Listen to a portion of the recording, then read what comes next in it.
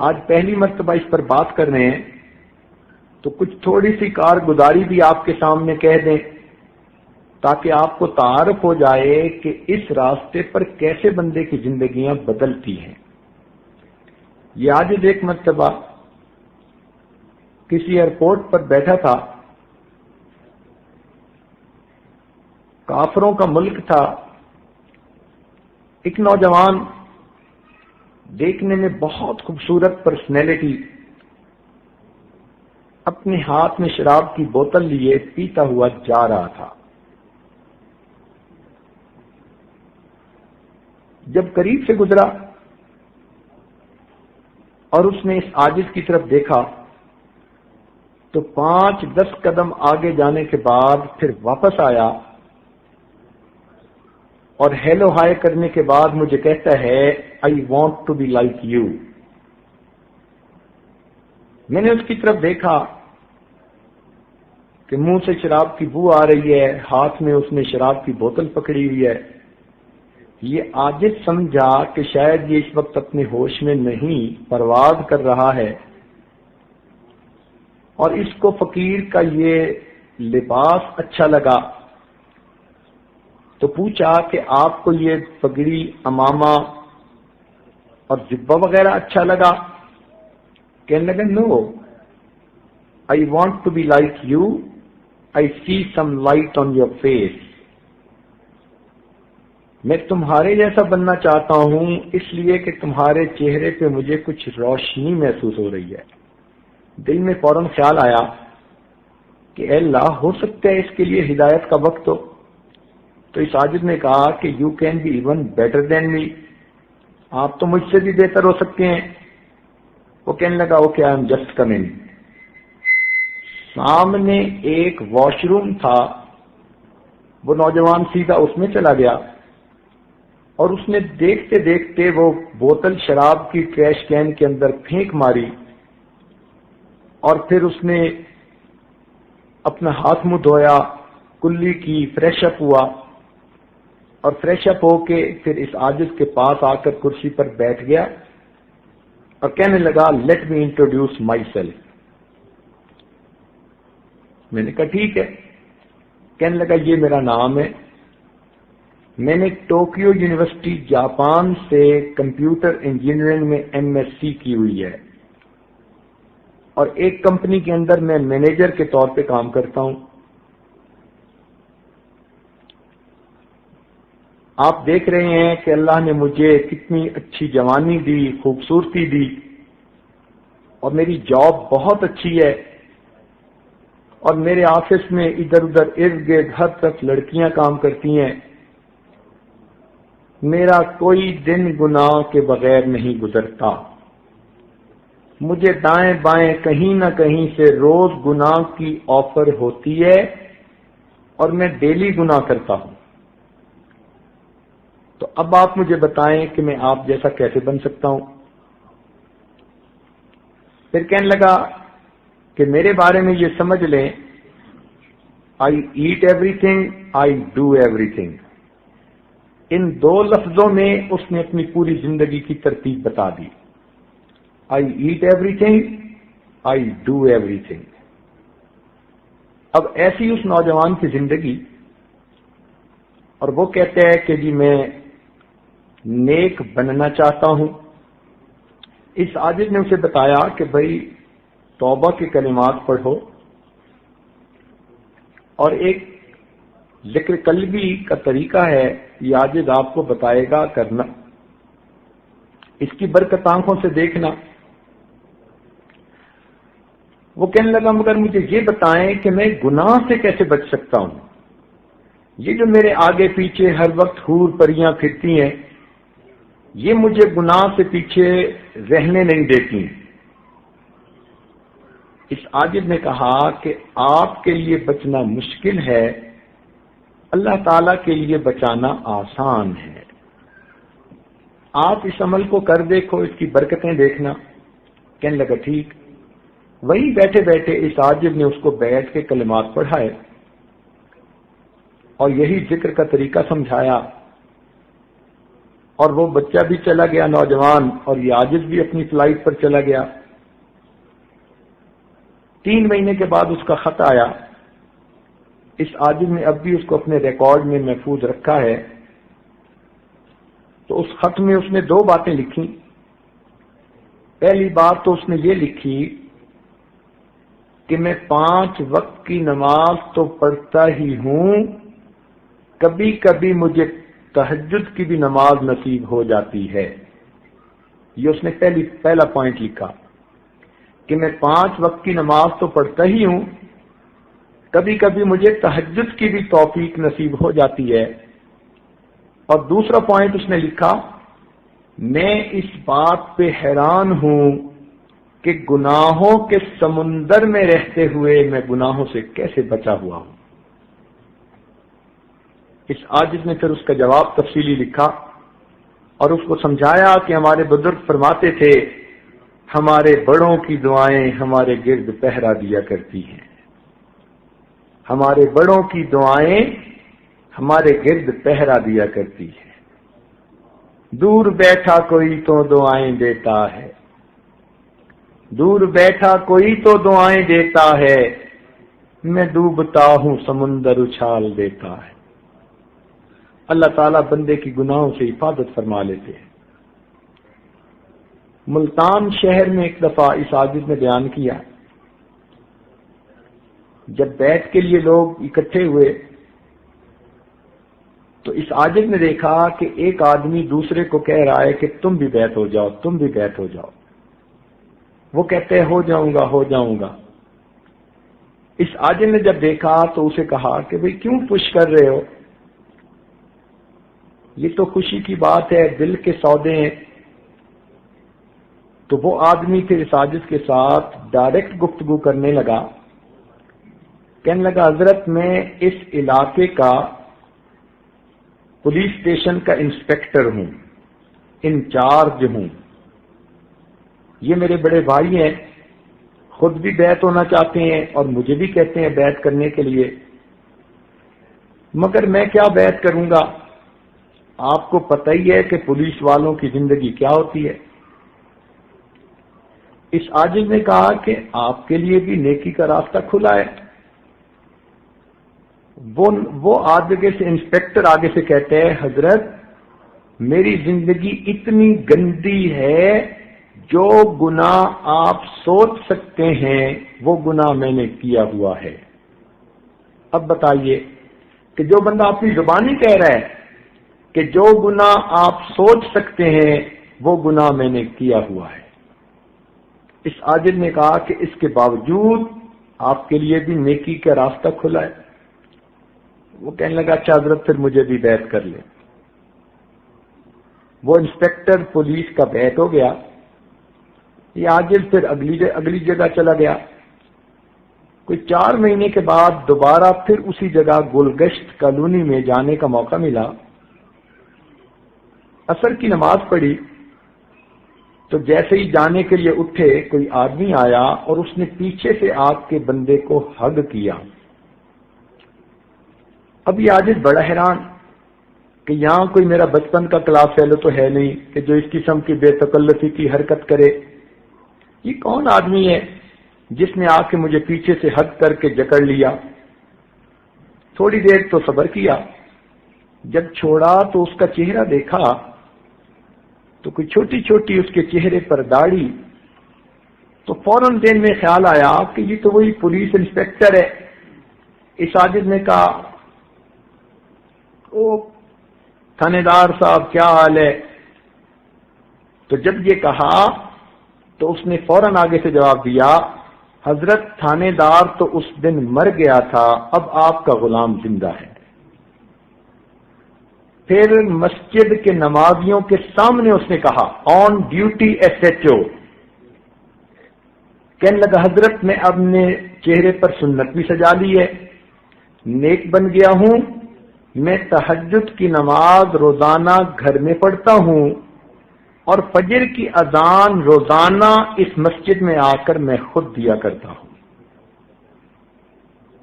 ایسی برکت کہ علاقے کا آن ڈیوٹی SHO گھر میں تہجد پڑھتا ہے اور محلے کی مسجد میں آ کے فجر کی اذان دیتا ہے۔ یوں اللہ تعالیٰ زندگیوں کو بدل دیتے ہیں۔ اس بیت اور نسبت کی اللہ کے ہاں بڑی برکت ہے۔ اللہ تعالیٰ بندے کو ظاہری مصیبتوں سے بھی بچاتے ہیں اور اللہ تعالیٰ اخلاقی مصیبتوں سے بھی بچاتے ہیں۔ چنانچہ ایک نوجوان فیکٹری میں مینیجر تھا، اس عاجز کا کلیگ تھا کسی زمانے میں۔ ایک دفعہ وہ مہمان خانے میں آیا، ہتھ کڑی لگی ہوئی، 2 پولیس والے ساتھ ہیں۔ یہ عاجز دیکھ کے بڑا حیران ہوا۔ اس نے ایم ایس سی کیمسٹری کی ہوئی تھی، MBA کیا ہوا تھا، بڑا لرنڈ بچہ تھا اور ایک مینیجر کے طور پہ کسی فیکٹری میں کام کر رہا تھا۔ اس حالت میں دیکھ کے یہ عاجز بڑا حیران ہوا، پوچھا کیا بنا؟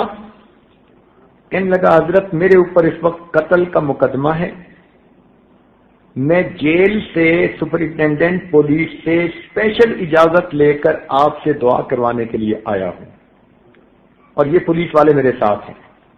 پوچھا بنا کیا؟ اس نے عجیب ہی سٹوری سنائی۔ کہنے لگا بڑے بھائی کی شادی ہوئی اپنی فرسٹ کزن کے ساتھ، 4-6 مہینے بڑے اچھے گزرے۔ ایک دن معمولی بات پہ کوئی دونوں میں بحث تکرار ہو گئی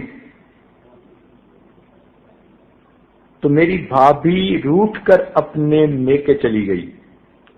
ہمارے گاؤں سے ان کے گاؤں کا فاصلہ کوئی 1 میل کا، آمنے سامنے گاؤں ہے۔ میں جب شام ڈیوٹی سے واپس گھر گیا، پتہ چلا کہ بھابھی روٹھ کے چلی گئی۔ میں نے بڑے بھائی کو سمجھایا کہ نہیں، وی آر سیم بلڈ، ہمیں جانا چاہیے اور بھابھی کو منا کے لانا چاہیے۔ یہ نوجوان اپنے پورے خاندان میں سب سے زیادہ ریسپیکٹڈ فگر تھی اور سب سے زیادہ ایجوکیٹڈ فگر تھی، تعلیم یافتہ، اور پورے فیملی کا سب سے زیادہ باعزت شخص تھا، پورا شہر اس کی عزت کرتا تھا۔ اتنے اچھے اخلاق والا، اتنا پیارا نوجوان۔ کہنے لگا میں نے اپنے بھائی کو گاڑی میں بٹھایا، میں نے کہا چلو بھابھی کو لے کے آتا ہوں۔ ان کے گھر گئے، بڑے اچھے طریقے سے ملے، انہوں نے چائے بنائی، بسکٹ دیے، کھائے پیے۔ میں نے بھابھی سے کہا کہ بھابھی ہمارا تعلق ایک نہیں کئی طرح کا ہے، چھوٹی باتوں پہ نہیں روٹھا کرتے، چلیں آپ گھر چلیں۔ بھابھی بھی تیار ہو گئی، اس نے بھی اپنی سامان سمیٹ لیا، سامان گاڑی میں ہم نے رکھ لیا۔ جب بیٹھنے لگے بھابھی نے کوئی بات کر دی جس لفظ کو سن کر میرا بھائی پھر بھڑک اٹھا، اس نے بھی کوئی سخت لفظ کہہ دیا تو بھابھی آگے سے بول پڑی، بھائی بول پڑا، دونوں نے ایک دوسرے سے پھر بحث تکرار شروع کر دی۔ تو بھابھی کا چھوٹا بھائی آ گیا، کون ہوتے ہو میری بہن کو تم اس طرح کہنے والے؟ اب عورت کی جو لڑائی تھی وہ مردوں میں آ گئی، دونوں میں ہاتھا پائی شروع ہو گئی۔ جب دونوں میں ہاتھا پائی ہونے لگی تو اس کا ایک بھائی بھاگا اور اپنے کمرے کے اندر سے گن نکال کے لایا کہ تو کون ہوتا ہے میرے بھائی پہ ہاتھ اٹھانے والا۔ اب جب وہ قریب آیا تو میرے بھائی نے اپنی جان بچانے کے لیے اس کے گن کے رخ کو جو موڑا تو وہ اسی کی طرف ہو گیا جس کے ہاتھ میں گن تھی اور ٹریگر دب گیا۔ جھگڑے کے اندر وہ جو بندوق چلی تو جو لانے والا بندہ تھا وہ خود موقع کے اوپر اسی وقت ڈھیر ہو گیا، مر گیا۔ ہم تو اس ذہن میں سوچ بھی نہیں سکتے تھے کہ یہ واقعہ پیش آئے گا۔ میں نے انہیں کہا کہ اس کو اٹھائیں، ہاسپٹل لے جاتے ہیں، مگر وہ تو اسی وقت ہی ٹھنڈا ہو گیا۔ اس کے بھائیوں نے مجھے پکڑ لیا اور میری بھابھی کہنے لگی کہ ہاں اس پہ مقدمہ بنوائیں گے اور ہم اپنے بھائی کے بدلے میں اس کو پھانسی لگوائیں گے۔ تو میرا بھائی تو بھاگ گیا۔ اب وہ بھابھی ایسی چلاک کہ اپنے خاوند کو بچا رہی ہے اور مجھے کہنے لگی کہ اس کو پھانسی چڑھوائیں گے، یہ ان کے خاندان کا سب سے زیادہ ریسپیکٹڈ بندہ ہے۔ پولیس آ گئی، میں مجرم کے طور پہ موقع پہ پکڑا گیا، ڈیڈ باڈی بھی مل گئی، گن بھی مل گئی، گواہ بھی مل گئے، جو کچھ کسی بندے کے قتل کا پروف ہو سکتا ہے وہ سب کا سب 100% موجود تھا۔ مجھے جیل پہنچا دیا گیا، ہتھکڑیاں بیڑیاں لگا دی گئیں۔ میرے وکیل نے کہا کہ پولیس نے مقدمہ ایسا زبردست درج کیا ہے کہ آپ کے بچنے کی 100 میں سے ایک حصہ بھی امید نہیں ہے۔ دیوار پہ لکھا مجھے نظر آ رہا ہے کہ تمہیں پھانسی دے دی جائے گی۔ میں دعائیں کرتا رہا، آپ کا خیال آیا تو میں نے آپ کے بارے میں پتہ کروایا تو پتہ چلا کہ بیرون ملک گئے ہوئے تھے۔ کل پتہ چلا کہ آپ واپس آئے ہیں، تو میں نے پھر پولیس جو جیل کا سپرنٹینڈنٹ تھا اس سے بہت بڑی کوئی سفارش کروا کے اجازت لی کہ میں آپ سے دعاؤں کروانے کے لیے آنا چاہتا ہوں، چونکہ وہ بھی آپ کو جانتا تھا۔ اس نے پولیس والوں کو ساتھ بھیج دیا کہ جاؤ پیر صاحب سے دعا کروا کے آؤ۔ اس لیے اب میں یہاں آیا بیٹھا ہوں۔ اب آپ مجھے بتائیں، میں آپ کا کولیگ ہوں، اتنا میں آپ کا محبت کرنے والا دوست ہوں، ممکن ہے میری آپ کی آخری ملاقات ہو، اور یہ کہہ کے اس نوجوان نے رونا شروع کر دیا۔ اب ایک بے گناہ نوجوان، اور اس کی عمر بھی کوئی 28 سال ساری تھی، اور اس کی شادی میں بھی ابھی کوئی 6 مہینے تھے جو ہونی تھی۔ اتنی پیاری اس کی شخصیت، پرسنالٹی، اتنے موٹے موٹے آنسو اس کے گر رہے ہیں، اور کہہ رہا ہے کہ یہ میری اور آپ کی ممکن ہے آخری ملاقات ہو۔ کہنے لگا بتائیں میں کیا کروں؟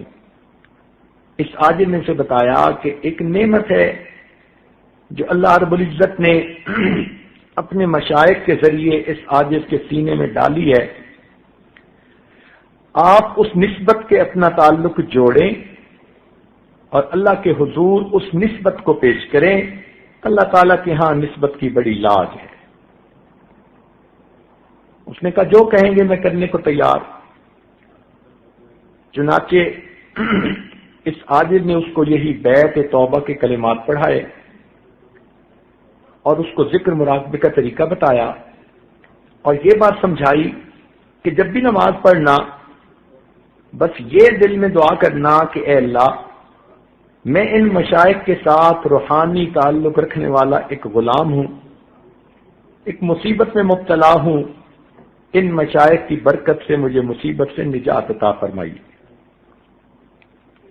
وہ نوجوان نم والی آنکھوں کے ساتھ چلا گیا، پرنم آنکھوں سے چلا گیا۔ اس عاجز کو پھر کہیں باہر جانا تھا ملک میں، پھر چلا گیا۔ 3-4 مہینے کے بعد پھر واپس جب اپنے ملک میں پہنچا تو گھر میں تھا کہ بیٹے نے ایک مٹھائی کا بڑا ڈبہ لا کر دیا کہ جی کوئی مہمان خانے میں آدمی آئے ہیں، انہوں نے سلام بھیجے ہیں اور مٹھائی آپ کے لیے لائے ہیں۔ مٹھائی کے ڈبے پر دیکھا تو ان کا نام لکھا ہوا تھا۔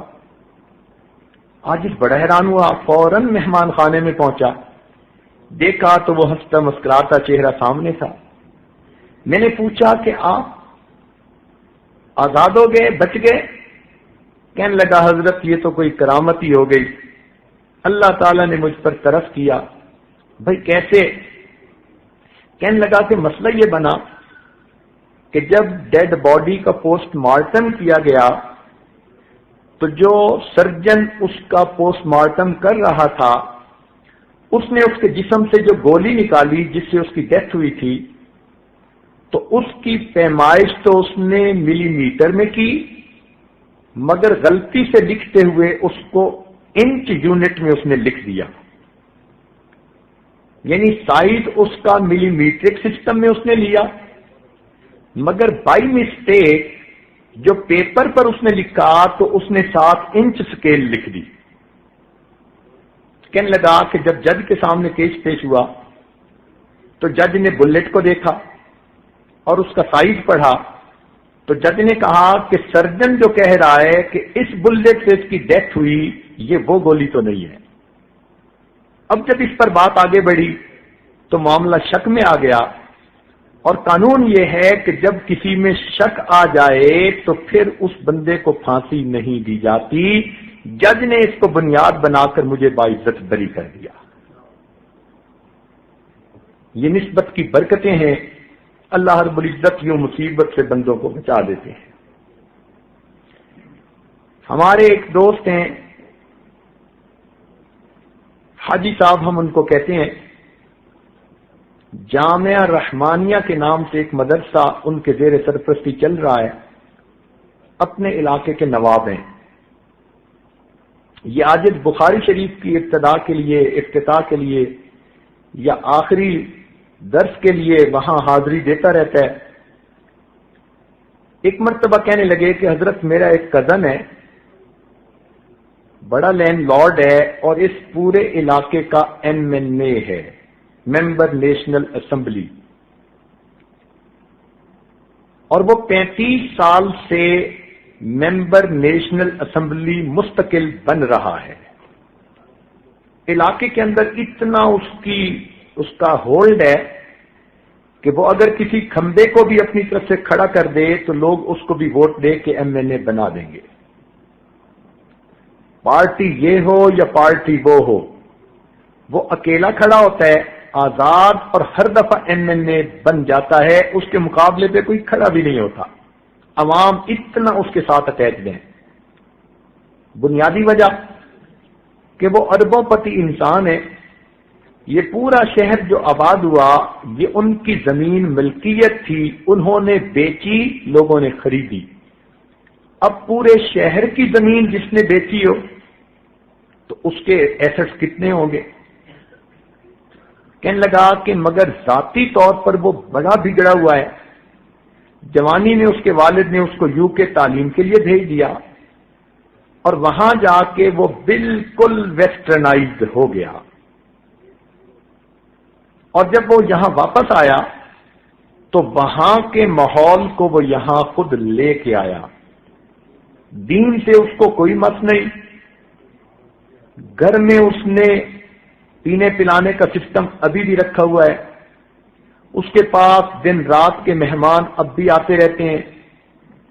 اس کی ذاتی زندگی اتنی گندی ہے کہ سوچ بھی نہیں سکتے، لیکن کیونکہ مالدار ہے، لوگوں کے کام کرواتا ہے، لوگ کہتے ہیں جی اس کی ذاتی زندگی کا وہ جانے، ہمارے بیٹے کی نوکری لگوا دی، ہماری مصیبت دور کر دی، ہمارا کیس ختم کروا دیا۔ چونکہ وہ پبلک کے کام کرواتا ہے تو پبلک ووٹ اسی کو دیتی ہے۔ میرا جی چاہتا ہے کہ وہ لکھا پڑا ہے، اس وقت اس کی عمر کوئی 65 سال کے قریب ہو چکی، تو اگر آپ اس کے ساتھ ملاقات کر لیں تو ہو سکتا ہے اس کی زندگی بدل جائے۔ اس عاجز نے کہا کہ ابھی تو فرصت نہیں، واپس جانا ہے۔ اتنا ہے کہ جب جاؤ تو اس کو اس عاجز کا سلام پہنچا دینا۔ جب اگلے سال پھر بخاری شریف کی تقریب کے لیے گئے تو حاجی صاحب بڑے خوش، حضرت میں نے پچھلے سال آپ کے سلام دیے تھے، اور MNA صاحب تھوڑی دیر سوچتے رہے، پھر کہنے لگے یار آپ کے پیر صاحب آئیں تو میری بھی ملاقات کروانا۔ تو حضرت آج تو آپ کی میں نے ضرور ملاقات کروانی ہے۔ اس عاجز نے کہا کہ ان کے پاس جائیں اور جا کر کہیں کہ اگر میں آپ کو ملنے کے لیے آؤں تو بئس الفقیر علی باب الامیر، برا فقیر وہ ہوتا ہے جو کسی امیر کے دروازے پہ چل کے جائے، اور اگر آپ ملنے کے لیے آئیں گے تو نعم الامیر علی باب الفقیر، آپ نعم الامیر بنیں گے، فقیر کے پاس چل کے آئیں گے۔ اب آپ بتائیں کہ کیا کرنا بہتر ہے؟ جب حاجی صاحب نے جا کے اس کو کہا، اس نے کہا اچھا میری پجارو نکالیں۔ وہ تو وہی مدرسے میں ہی آ گیا۔ مدرسے کے طلباء نے دیکھا کہ MNA صاحب آ گئے، وہ بڑے حیران کہ اس کا تو دین سے کوئی تعلق ہی نہیں نظر آتا تھا، نہ جمعہ میں، نہ مسجد میں، نہ عید میں، یہ تو بندہ ہی اور طرح کا تھا۔ خیر وہ مدرسہ میں آیا، اس عاجز کے پاس کمرے میں بیٹھا، اس عاجز نے اس کے سامنے تھوڑی دیر توبہ استغفار کے عنوان پر بات کی۔ سنتا رہا، پھر کہتے ہیں حضرت توبہ تو وہ کرے جس کی کچھ نیکیاں ہوں اور کچھ گناہ ہوں، اور جس کے پاس ہو ہی گناہ، نیکی ہو ہی نہیں، وہ کیا کرے؟ اس عاجز نے سمجھایا کہ نہیں، آپ کے پاس بھی نیکیاں ہیں، گناہ بھی ہیں۔ کہنے لگا میں تو کوئی نیکی کا کام نہیں کرتا۔ میں نے کہا دیکھو، نیکی صرف مصلے کے ساتھ وابستہ نہیں ہوتی، نیکی کا پھیلاؤ بہت زیادہ ہے۔ آپ کے پاس بیوائیں آتی ہیں، آپ ان کو سپورٹ کرتے ہیں؟ کہنے لگا جی ہاں کرتا ہوں۔ یتیم بچیوں کی شادیاں کرواتے ہیں؟ جی میں کرتا ہوں۔ دکھ اور مصیبت زدوں کی مصیبت دور کرنے میں ان کی ہیلپ کرتے ہیں؟ جی میں کرتا ہوں، یہ کام تو میں بہت کرتا ہوں۔ میں نے کہا یہ سب نیکی کے کام ہیں، اللہ تعالیٰ نے آپ کو نیکی کے کام کی بھی توفیق دی ہے، بس مصلے کے ساتھ آپ کو لگاؤ نہیں۔ آپ کی زندگی کی ترتیب ذرا اس وقت تک کافروں والی ہے جو کافر ملکوں میں ہے، مگر چونکہ آپ کلمے پر ابھی قائم ہیں اس لیے ایمان سلامت ہے۔ آپ خدا کو مانتے ہیں، پیغمبر اسلام کو مانتے ہیں، قرآن کو مانتے ہیں، ملائکہ کو مانتے ہیں۔ کہنے لگا جی ہاں میرا ایمان تو پکا ہے۔ میں نے کہا باقی پھر سب غلطیاں معاف ہونے کے قابل۔ کہنے لگا جی اچھا پھر مجھے بتائیں میں کیا کروں۔ اس عاجز نے اس کو یہی بیت کے کلمات پڑھائے اور اس کے قلب پر انگلی رکھ کر اللہ اللہ کی ضرب لگائی اور اس کو کہا کہ بس آپ یہ ذکر مراقبہ کرنا شروع کر دیں۔ یہ عاجز واپس آ گیا۔ اب ہوا کیا کہ یہ واپس گھر گئے تو ایک رات میں اللہ تعالیٰ نے ان کے دل کی حالت کو بدل دیا۔ اگلے دن یہ اٹھے اور اپنی بیوی کو کہنے لگے کہ گھر میں جتنی شراب کی بوتلیں پڑی ہیں سب توڑ دو اور شراب گٹر کے اندر بہا دو۔ بیوی حیران کہ یہ کیسا نصیب والا دن چڑھا کہ میرا میاں آج شراب سے توبہ کر رہا ہے۔ پھر اس نے اپنی بیوی کو کہا کہ یہ جتنی ماڈل گرل قسم کی لڑکیاں آتی ہیں ان کو کہو کہ آج کے بعد میرے گھر کے دروازے ان کے لیے بند ہیں۔ وہ بیوی سوچنے لگی کہ میں تو دنیا میں آ گئی، میرے سامنے سب کچھ ہوتا تھا، میں بول نہیں سکتی تھی، آج میرا میاں ہر ایک سے توبہ کر رہا ہے۔ چنانچہ اس نے وہ جو 8-10 ماڈل قسم کی تھیں ان میں سے ہر ایک کو 10-10 لاکھ روپے دے کر ان کو کہا کہ جاؤ اپنا گھر خریدو، اپنا گھر بساؤ، آج کے بعد اس گھر میں تم نے نہیں آنا۔ ان سے بھی اس نے جان چھڑوا لی۔ اب تیسرے دن بیوی کے ساتھ بیٹھا ٹی وی پہ خبریں دیکھ رہا تھا تو ٹی وی پہ خبر لگی کہ حج پروازیں شروع ہو چکی ہیں اور حاجی لوگ جا رہے ہیں۔ اپنی بیوی سے کہتا ہے میری زندگی کے 65 سال گزر گئے، میں درجنوں مرتبہ یورپ امریکہ کا چکر لگا کے آیا مگر آج تک مجھے مکہ مدینہ دیکھنے کی توفیق نہیں ہوئی۔ میرا دل کرتا ہے میں بھی حج کروں۔ بیوی نے کہا کہ آپ تو ابھی جا سکتے ہیں، اس میں کیا رکاوٹ ہے؟ وہیں بیٹھے اس نے منسٹر آف ریلیجس افیئرز کو فون کیا کہ میں جانا چاہتا ہوں۔ اس نے کہا جناب آپ 35 سال سے ایم این اے ہیں، آپ ابھی آئیں تو ہم آپ کو ایز اے اسپیشل کیس ابھی بھیج دیں گے۔ چنانچہ اس نے اپنا سامان بنایا اور نیکسٹ ڈے اپنے شہر سے اسلام آباد پہنچا۔ انہوں نے حاجیوں کے ایک گروپ کا اسے امیر بھی بنا دیا اور اس کو روانہ کر دیا۔ اللہ تعالیٰ کی شان دیکھیے، حج کے سفر میں اللہ نے اس کی زندگی بدل دی۔ لوگ کہتے تھے کہ اس نے وہاں حاجیوں کی اتنی خدمت کی کہ پتہ ہی نہیں چلتا تھا یہ کوئی نواب ہے یا کسی کا زر خرید غلام ہے۔ ایسے مٹ کے خدمت کی اس نے، کھانے لا رہا ہے، حالانکہ یہ ہارٹ پیشنٹ بھی تھا۔ بہرحال جب یہ مدینہ طیبہ جانے لگا تو اس کے دل میں یہ بات آئی کہ میں اللہ کے محبوب کے در پہ حاضر ہو رہا ہوں، میں اپنی شکل تو بنا لوں پہنچنے والی۔ چنانچہ اس نے چہرے کے اوپر داڑھی والی سنت سجانے کی نیت کر لی۔ اب یہ حج کے بعد واپس آیا، لوگ حیران، سر پہ ٹوپی، چہرے پہ ریش سجی ہے، 5 وقت کا نمازی بن گیا، اب شہر کے علماء کو پتہ چلا تو سب علماء نے مل کے مشورہ کیا کہ پہلے تو ہماری صرف بنتی نہیں تھی، اب یہ نیک بن گیا، اب ہمارا حق بنتا ہے کہ ہم چل کے جائیں اور ان کو جا کر مبارکباد دیں۔ چنانچہ شہر کے 30-35 علماء ان کی ملاقات کے لیے گئے۔ یہ عصر کی نماز پڑھ کے فارغ ہوئے، اتنے میں باہر بیل ہوئی، نوکر سے کہا کہ دیکھو کون ہے؟ اس نے کہا جی علماء ملنے کے لیے آئے ہیں۔ چنانچہ اپنے ڈرائنگ روم میں آیا، سب علماء سے گلے ملا اور مل کے کہتے جی آپ بیٹھیں، میں آپ کے لیے زمزم کھجوریں لاتا ہوں، پھر میں آپ کو حج کی کارگزاری سناؤں گا۔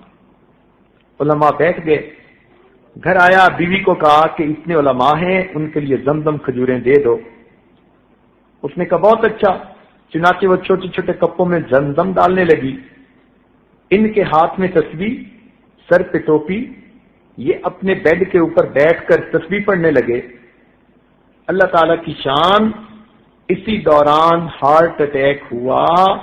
جب بیوی زمزم لے کر آئی تو یہ اللہ کو پیارے ہو چکے تھے۔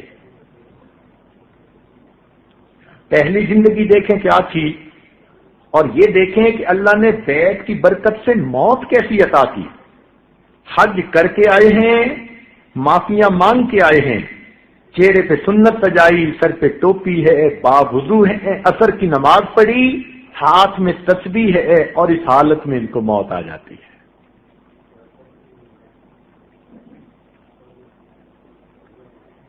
حضرت قاری محمد طیب رحمۃ اللہ علیہ کا واقعہ ایک کتابوں میں لکھا ہے کہ ایک عورت نے ان سے بیعت کی اور اس کے بعد اس عورت کا ان سے کوئی رابطہ بھی نہ رہا۔ 20 سال گزر گئے، اور 20 سال گزرنے کے بعد جب اس عورت کی وفات کا وقت آیا تو وہ عورت کہتی تھی کہ وہ دیکھو مولانا بیٹھے ہیں اور مجھے کلمہ پڑھا رہے ہیں، وہ دیکھو مولانا بیٹھے ہیں کلمہ پڑھا رہے ہیں۔ 2 مرتبہ اس نے کہا، اونچی آواز سے کلمہ پڑھا، اللہ کو پیاری ہو گئی۔ تو یہ بیت کی نسبت کی ایک برکت ہوتی ہے جو بندے کے ایمان کی حفاظت کا سبب بن جاتی ہے۔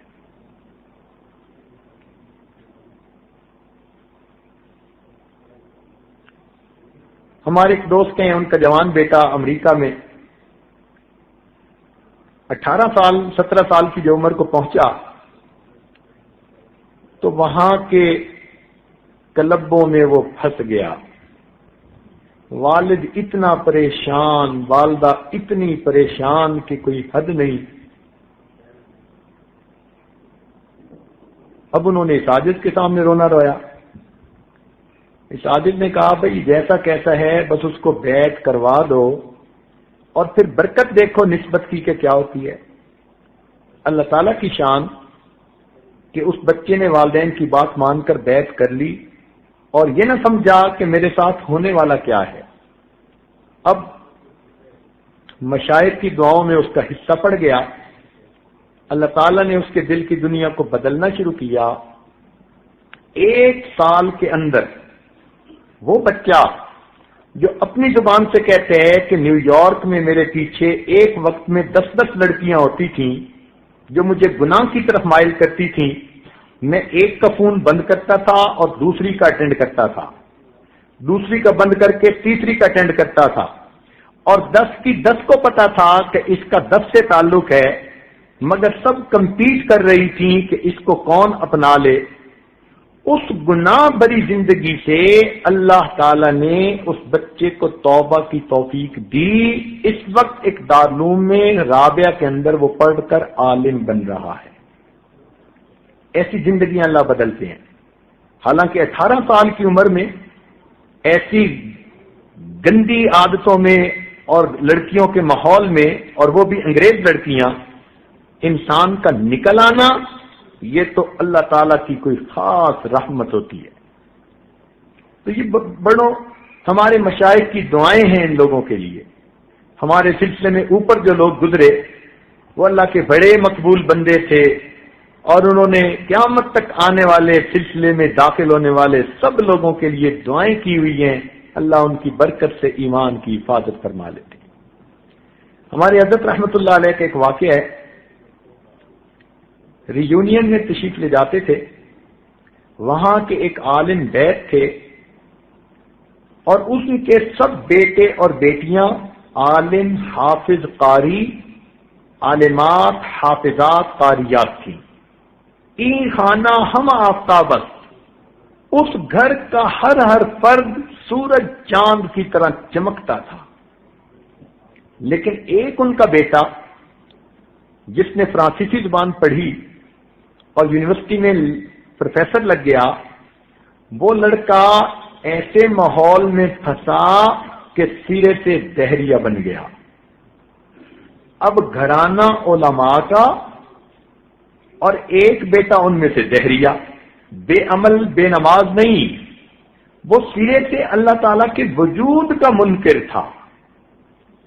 وہ عالم یہ واقعہ خود سنانے کے بعد کہنے لگے کہ ہم میاں بیوی راتوں کو روتے روتے رہ جاتے کہ یہ ہمارے گھر میں سے ایک بچہ کیسا نکل آیا، کسی کو بتا بھی نہ سکتے۔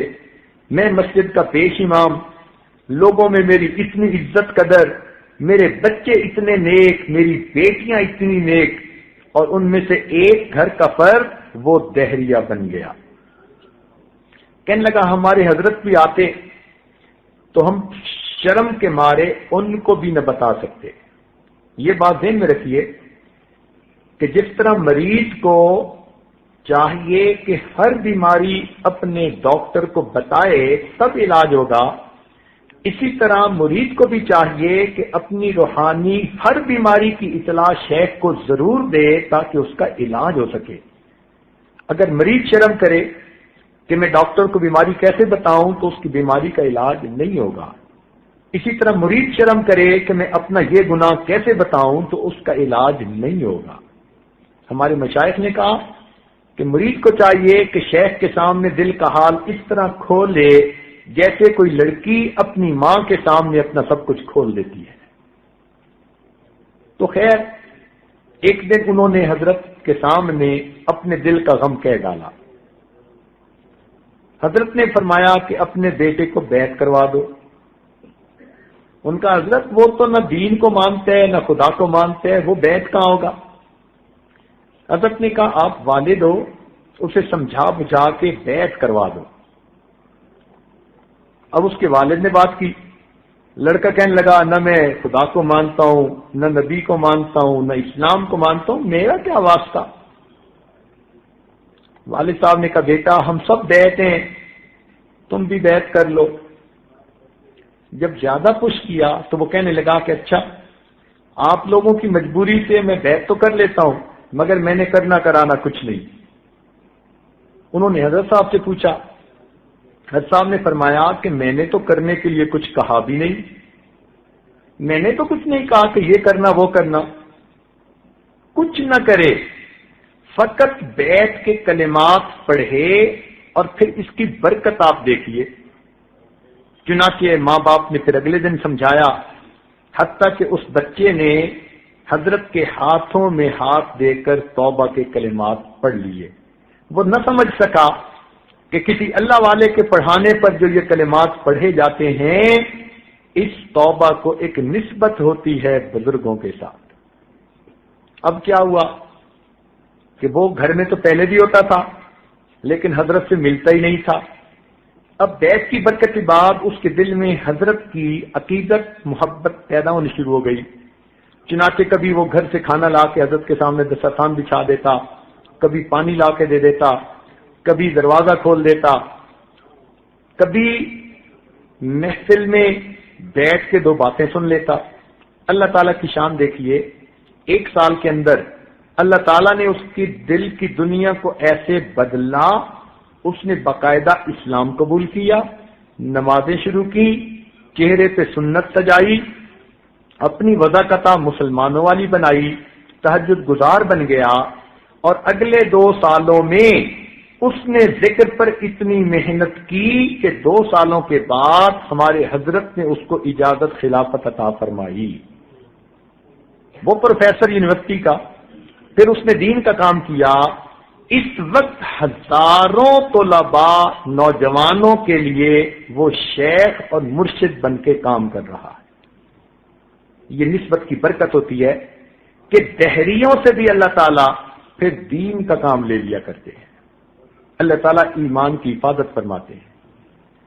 چنانچہ ہمارے ایک دوست حافظ صاحب تھے، ایسی ایمان کی حفاظت، انہوں نے عصر کی نماز پڑھی اور اپنے بھائی کو کہتے ہیں اس عاجز کا نام لے کر کہ حضرت صاحب کو میرے سلام دے دینا اور تم گواہ رہنا میں کلمہ پڑھ رہا ہوں. اور یہ کہہ کے اس حافظ صاحب نے کلمہ پڑھا اور مسجد میں وہیں ان کی وفات ہو گئی. ایسی موت اللہ دیتے ہیں ایمان والی. یوں اللہ تعالیٰ ایمان کی حفاظت فرماتے ہیں. ہمارے ایک دادا پیر خواجہ فضل علی قریشی رحمۃ اللہ علیہ تھے، وہ فرماتے تھے کہ جس بندے نے اس عاجز سے بیٹھ کے کلمات پڑھے اور اس عاجز نے ان کے قلب پر انگلی رکھ کر اللہ اللہ کہی، اس کو ذکر کے بغیر موت نہیں آ سکتی. ایسی مقبول دعائیں ہیں ہمارے مشائخ کی کہ اس توبہ کی برکت سے اللہ تعالیٰ ایمان کی حفاظت فرما لیتے ہیں. چنانچہ ایک واقعہ آخری سنا کر بات مکمل کروں گا. ہمارے اپنے محلہ میں اس عاجز کے کلاس فیلو ہیں. الحمدللہ اس عاجز کو جتنی محبت دنیا میں ملتی ہے اس سے زیادہ محبت اپنے ملک میں ملتی ہے، اور جتنی محبت اپنے ملک میں ملتی ہے اس سے زیادہ محبت اپنے شہر میں ملتی ہے، اور جتنی محبت اپنے شہر میں ملتی ہے اس سے زیادہ محبت اپنے محلے میں ملتی ہے، اور جتنی محبت اپنے محلے میں ملتی ہے الحمدللہ اس سے زیادہ محبت اپنے گھر میں ملتی ہے. لوگ کہتے ہیں کہ گھر کا پیر ہلکا ہوتا ہے. الحمدللہ اس عاجز پر اللہ کا ایسا فضل، اللہ نے گھر میں بھی اس عاجز کو پیر بنا دیا. اس عاجز کی اہلیہ بیوی بھی ہے اور مریدہ بھی ہے. جب وہ دیکھتی ہیں کہ محلے کی وہ لڑکیاں جن کے ساتھ یہ عاجز پرائمری میں پڑھتا تھا یا جن کے ساتھ بچپن میں گلیوں میں کھیلتا تھا وہ آتی ہیں اور بیت ہوتی ہیں تو اس عاجز کی اہلیہ بڑی حیران ہوتی ہیں. کہتی ہیں کہ بچپن کی لڑکیاں تو آدمی کی حقیقت کو جانتی ہیں کہ اس وقت بندہ چھوٹا ہوتا ہے اور طرح کی زندگی ہوتی ہے، مگر اللہ تعالیٰ کی شان کہ جن گھروں میں کھیل کھیل کر یہ عاجز جوان ہوا، آج ان کی بچیاں، ان کی اولادیں سب کی سب الحمدللہ اس عاجز سے بیت ہیں. اللہ رب العزت نے ایسی پاکیزہ جوانی عطا فرمائی کہ اپنے محلے کی گلی کی بہو بیٹیاں بچیاں دادیاں نانیاں سب کی سب اس عاجز سے بیت کا تعلق رکھتی ہے. الحمدللہ رب العالمین. تو اس عاجز کے اختلاف فیلو تھے، وہ بھی اس عاجز سے بیت، اور ان کے والد صاحب بھی اس عاجز سے بیت. حالانکہ ان کے والد تو میرے والد کی عمر کے تھے، مگر اللہ تعالیٰ نے محبت دل میں ان کے ڈال دی، لہذا انہوں نے اس عاجز سے بیت کر لی.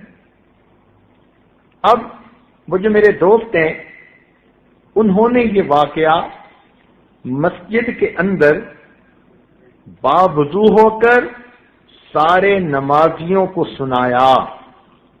یہ واقعہ ہم نے بھی سنا تو ہم نے ان کو بلا کر خود بھی یہ واقعہ براہ راست سنا. وہ کہنے لگے کہ میرے والد صاحب بیمار تھے. توجہ سے بات سنیے گا. میرے والد صاحب بیمار تھے حتیٰ کہ ان کے آخری لمحات شروع ہو گئے. ہم 4-5 بھائی 2-3 بہنیں سب ان کی چارپائی کے ارد گرد بیٹھ کر دعائیں کرنے لگے، رونے لگے. کوئی قرآن پڑھ رہا ہے، کوئی یاسین شریف پڑھ رہا ہے، کوئی کلمہ پڑھ رہا ہے، کوئی رو رہا ہے. عجیب کیفیت تھی اور والد صاحب آخری سانس لے رہے تھے. کہنے لگے کہ میں والد صاحب کے چہرے کے بالکل قریب ہو کر بیٹھ گیا اور میں نے اونچی آواز سے کلمہ پڑھنا شروع کر دیا. اتنے میں میری ایک بہن نے اشارہ کیا کہ ابو کے پاؤں تو بالکل ٹھنڈے بے جان ہو چکے. تھوڑی دیر بعد اس نے اشارہ کیا کہ دیکھو ابو کے گھٹنے بھی ڈھلک گئے، ٹانگیں ڈھلک گئیں. ہمیں ایسا لگ رہا تھا کہ جیسے ان کی روح گویا پاؤں کی طرف سے سمٹ کر گھٹنے تک آ گئی. سانس اکھڑا نہیں تھا، تیز ہو گیا تھا اور لگتا تھا کہ بس چند منٹ کی بات ہے. کہنے لگے کہ ایسے میں نے والد صاحب کے چہرے کو متواتر دیکھ رہا تھا والد صاحب کے ہونٹ بند، میں کلمہ پڑھ رہا ہوں اور والد صاحب نے ایک مرتبہ بھی ہونٹ نہیں ہلائے کہ میں سوچتا کہ والد صاحب نے بھی کلمہ پڑھا۔ میرے دل میں یہ بات آئی، اے اللہ، کیا میرے والد صاحب کلمہ پڑھے بغیر دنیا سے جائیں گے؟ اس خیال کے آتے ہی میں اتنا رویا کہ کوئی حد نہیں۔ کہنے لگے اللہ نے میری مدد کی۔ میرے دل میں ایک خیال آ گیا، میں نے اپنے دل کے اندر دعا کی، اے اللہ، میرے والد صاحب کی بیعت کا تعلق فلاں سے ہے، اس عاجز کے بارے میں سوچا، اور ان کا بیعت کا تعلق فلاں سے ہے، فلاں سے ہے، اور یہ سلسلہ اوپر چلتے چلتے صدیق اکبر اللہ عنہ تک پہنچتا ہے۔ اے اللہ، اگر ان مشائخ کا تیرے ہاں کوئی مقام ہے، ان کی برکت سے ان کے ایمان کی حفاظت فرما دے۔ کہنے لگے میں نے اپنے دل میں یہ دعا مانگی، تلمح البصر، پلک چھپکنے کی دیر تھی، میرے والد صاحب نے ہونٹ کھولے، 5 مرتبہ کلمہ پڑھا، 5ویں مرتبہ روح پرواز کر گئی۔ یہ چھوٹی سی بات نہیں، اللہ رب العزت ایمان پہ موت عطا فرما دیتے ہیں، اس نسبت کی حفاظت ہو جاتی ہے۔ تو اس لیے یہ بیعت ایک روحانی تعلق ہے جو مشائخ کے ساتھ ہوتا ہے۔ اللہ تعالیٰ دنیا کی مصیبتوں سے بھی محفوظ فرما دیتے ہیں اس کی برکت سے، اور اللہ تعالیٰ ایمان کی بھی حفاظت فرماتے ہیں۔ بالخصوص جوان بچے بچیوں کی زندگی میں انقلابی تبدیلیاں بندہ خود محسوس کرتا ہے۔ اللہ تعالیٰ ہمیں اپنے مشائخ کی اس نسبت کی حفاظت کی توفیق عطا فرمائے، اور اللہ تعالیٰ ہمیں ایمان پر موت عطا فرمائے، اور قیامت کے دن نبی علیہ السلام کے ہاتھوں حوض کوثر کا جام عطا فرمائے۔ اب چند باتیں معمولات کے بارے میں کہ جو مستورات بیعت ہو چکی ہیں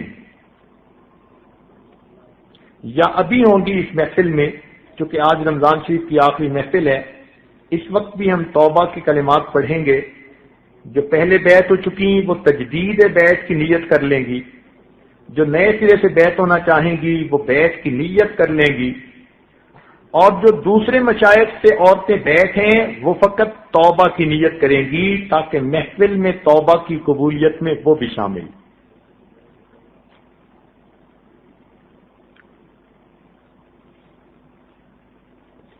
تو پہلے بیعت کے کلمات پڑھا دیے جاتے ہیں تاکہ پھر بعد میں کچھ معمولات کی تفصیل بھی عرض کی جا سکے۔ آج رمضان مبارک کے آخری دن کی اس بابرکت محفل کو غنیمت سمجھتے ہوئے زندگی کے پچھلے تمام گناہوں سے سچی پکی توبہ کر لیجئے، دل میں نیت اور ارادہ کر لیجئے کہ اللہ آئندہ نیکوکاری پرہیزگاری کی زندگی نصیب فرما۔ جیسی نیت ہوتی ہے ویسی مراد ہوتی ہے، تو نیت کیجئے کہ اللہ مجھے آئندہ سچی اور سچی زندگی گزارنے کی توفیق نصیب فرما۔